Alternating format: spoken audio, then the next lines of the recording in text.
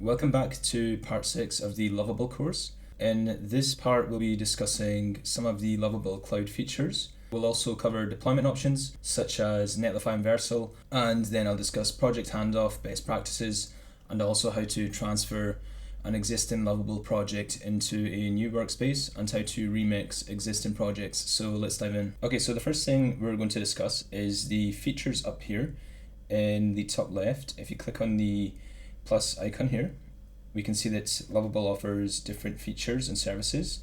So the first thing we'll discuss is the analytics dashboard. Now you can see here that it actually tracks how many visitors visit your web page in a given time, and also the average visit duration, and also the country where people visit from. And this makes sense because I'm based in Thailand right now, so that is shown correctly, and I'm on a desktop also, so this is all correct. Now, again, we've already covered Lovable Cloud, and you don't really have to worry about the code feature here. Essentially, it's just going to display your code base and all your files. Now, you don't need to know this. And as for design, it will give us two options: to select themes or to do visual edits. We've already covered visual edits, so let's just go ahead and play around with the themes here. So as you can see, I'm not actually clicking on apply, but just by scrolling over, it's applying these themes to our application here. So you can just select whichever one you like, and yeah, that's really all there is to themes. The next two things that we're going to discuss is security and speed, which are arguably the most important. So now it's just going to run a quick security scan to check if there's any vulnerabilities in the application, and you do want to make sure that your application is fully secure on a live domain once you deploy it, and especially if you're getting, let's say, your first few hundred users to test the app, you want to make sure that all these warnings are fixed and that there's no critical warnings. So we'll just go ahead and click here, update, and then it will run our security scan. So after running a new security scan, you can see that it's added an additional warning here, and it looks like it's already found a critical issue with the N8N integration. So the next step would be to click on try to fix all, and so we'll just go ahead and click this button here. We can also see here that this is a critical error that will need to be fixed. So these are just warnings, and they're minor errors. However, again, before deploying, you want to make sure that all the critical errors are fixed. So it looks like it might have fixed the issue. However, we're going to have to update the scan again to check whether that's been fixed. So it looks like the issue still persists. So what we can do is we can try again a second time to fix it. So it looks like it got rid of the critical error. However, there are still 3 warnings, and again, you do not have to fix these warnings as they're just warnings, they're not critical. So for now, we're just going to leave them. However, if you do deploy your application, then I do recommend you fix these and get rid of them. So the next thing we're going to have a look at is the speed, and essentially this is going to monitor the responsiveness of your web page. So it will give you 4 different options: the performance, accessibility, best practices, and SEO. And again, similar to the security feature, it will provide issues here, and it will allow you to fix these. And again, these are just issues, they're not critical. And it's the same for all 4. So I do recommend that you fix all of these again before deploying. Now for deployment, we're going to look at 2 different methods to deploy our application. The first method is by just deploying directly inside Lovable, and the second option is using Netlify or Vercel. So let's just go ahead, and in here we can just click on add a custom domain, and then you have 2 options. You can either connect an existing domain, and let's just do one of my domains. What will happen is you'll click on connect domain, and if it's from a known provider, you don't really have to do anything. The DNS records will get transferred over automatically. So we'll just leave this for now. Now, again, the second option is using the Ionos integration inside Lovable, where you can just purchase a new domain, and let's just call it mylovablecourse.com, and then click on buy domain. So it's opened up the Ionos webpage here, and we'll just search for this domain to see if it's available. And yeah, the domain is available, and it's only $1 a year. So the domains here are very cheap. However, you do have to check after what the pricing is after renewal.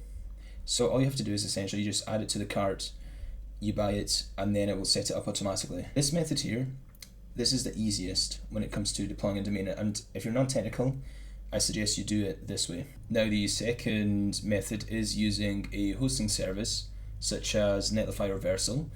Now to do this, we're going to have to connect our project to a GitHub repository, and then Netlify will read our code from the GitHub repository, and then we'll connect a domain name in Netlify.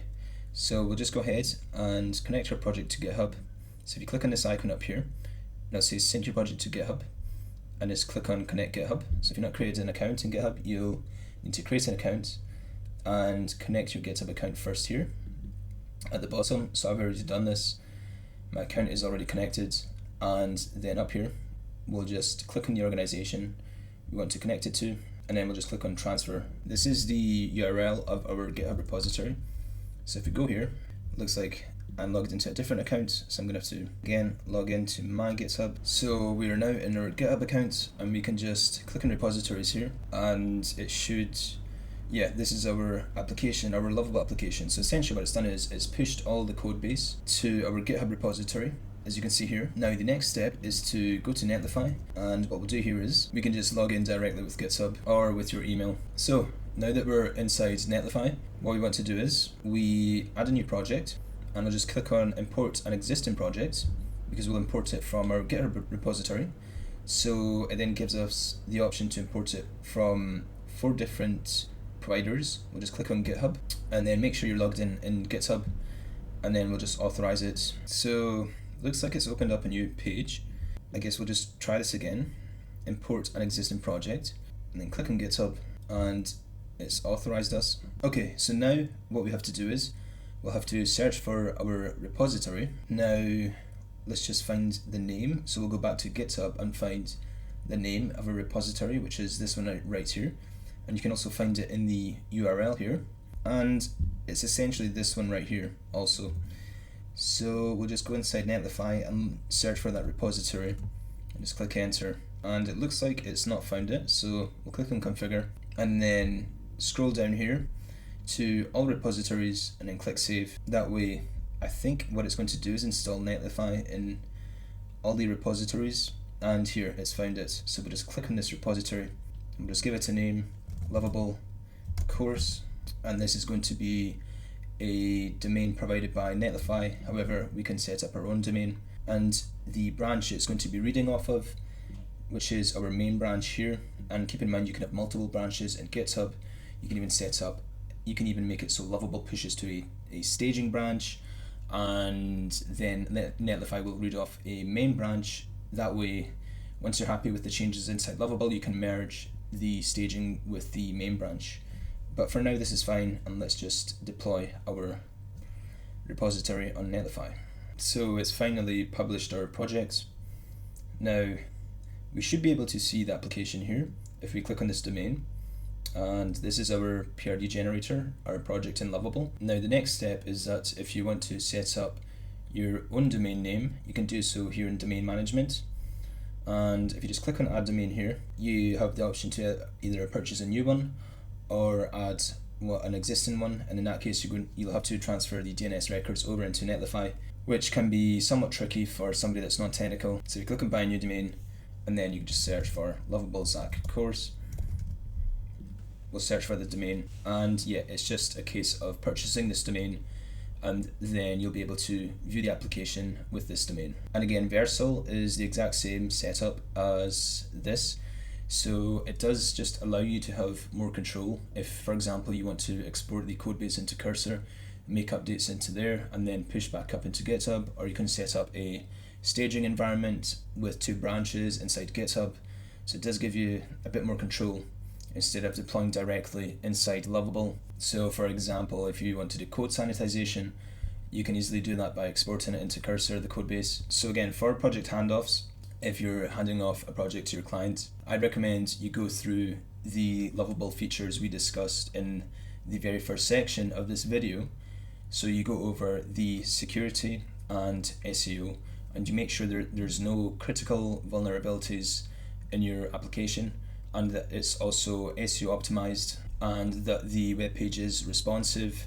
So again, if you just click on the try to fix buttons to fix all the warnings and critical errors, make sure that they're all disappeared. And also you might want to provide also documentation to the client just to tell them where everything is. And for example, if you set up a GitHub staging branch, you'll need to inform the client. So yeah, make sure you include everything about the project inside the project handoff document, and you hand it over to the client.